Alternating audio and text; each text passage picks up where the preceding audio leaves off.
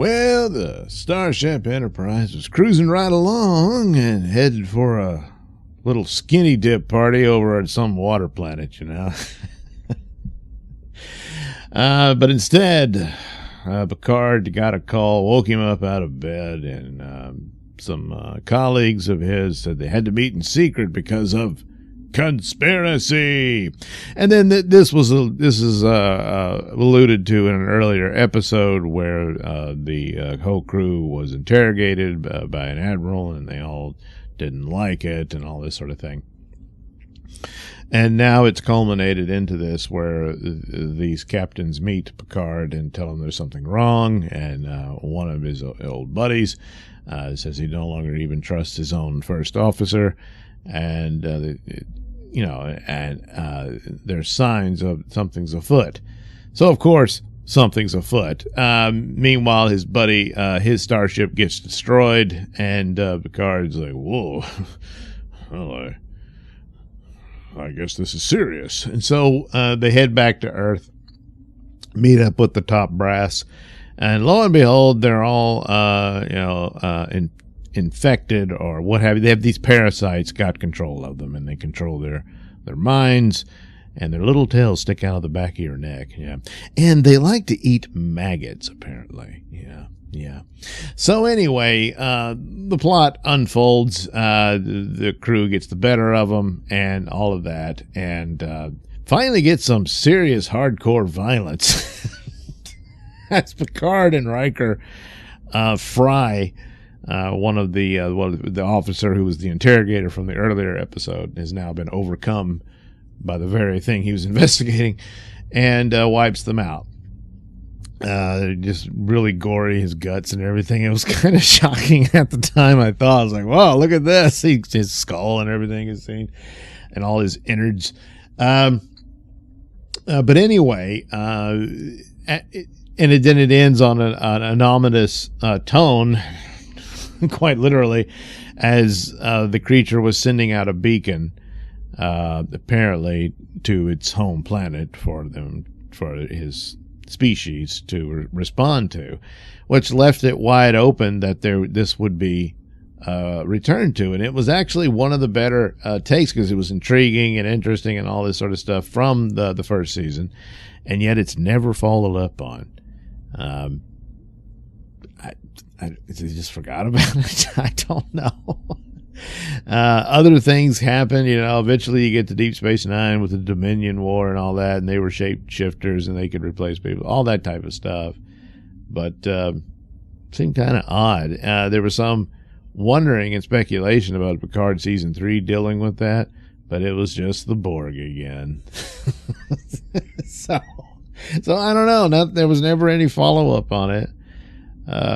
It's unfortunate, but then again, it's kind of like, well, it'd be more or less the same thing, maybe a little more advanced, and might take a few more episodes and that kind of thing before they finally overcome the invaders. But it was a one and done thing for the most part. I mean, there was a setup and all this stuff in a previous episode, and like, oh, I'm getting suspicious. And then that guy got taken over, was slapping Worf all over the place despite being a really old dude. But Beverly explained that the creature can accelerate your adrenaline, but even with a lot of adrenaline, I'm not sure the old dude could do that. That's some adrenaline. Because he probably would have a heart attack just from the adrenaline rush. But anyway, so it's good in that it's this sinister, intrigue and whatnot about it. It's just that it was clearly set up to be followed up on, and then they just never did. So it's let down by the fact that it never went anywhere. But anyway, there you go. Disgusting parasites attacking the Federation and almost winning. Almost. That also, you could suggest there's still some out there and they just don't know about it. But I don't know. Guess they fumigated all the ships or something. So then the follow-up and the final episode of Season 1 was The Neutral Zone. So all this time, this was the first season of the return of Star Trek to television. And they had a tough road to hoe. People said, this isn't Star Trek, you're not Captain Kirk, and all that stuff. So it was going to be a tough ride for them. But at the same time, the show would address the universe of Star Trek as established in the original show and the films and whatnot. So it's in the distant future, and peace between the Klingons reigns, and that was seen as a big deal and, an optimistic thing. And there's Worf as an officer on the Enterprise and all that stuff. And on, and then introduce new people like the Ferengi and whatnot for them to deal with. But eventually, it's like, hey, where's the Romulans? Well, they went quiet, which is almost very similar to the situation in the original show when that was supposed to be their first encounter with humans. Well, not face to face, but they saw each other. They'd never seen each other until that, the Balance of Terror episode with Kirk and all that. There had been a war previously, but they never saw each other during that war. They lobbed nuclear weapons across space at each other, and then came to a stalemate, I believe, and that was it. They never heard from him until Kirk came across them. So it's a similar thing here. Even the outset of it, star bases are all destroyed, and they're like, hey, what's going on? Riker and Worf are like, all right, we know it's the Romulans. Let's hit them hard. And Picard is, no, not until I know for sure. Well, I mean, what would convince you, Meanwhile, they also copy an aspect of a previous Star Trek, original Star Trek show, and that being Space Seed and finding a bunch of people cryogenically frozen. Except these weren't super people, they were just people who didn't want to die. Well, 2 of them didn't want to. They signed up for the cryogenic freezing idea, and this company offered that and put them in outer space because earthbound facilities broke down and they thawed out and rotted. The third member of this was a housewife. They said her occupation is described as homemaker. Must be a construction worker of some sort. So anyway, but the deal was, as she didn't even know how she got there, and she assumed that her husband must have put her in there when she died. And it sounded like she didn't care for him too much. But she was really upset that she never got to see her boys grow up and stuff. But eventually, Troy helps her find her descendants and all that. So, but it's just sort of tossed in there. This isn't much of an episode, really. It's just sort of, hey, what happened to the Romulans? Well, we get a clue. They went quiet for a long time, and then they show up again here. There's a mysterious destruction of these bases, but it turns out their bases are being destroyed as well.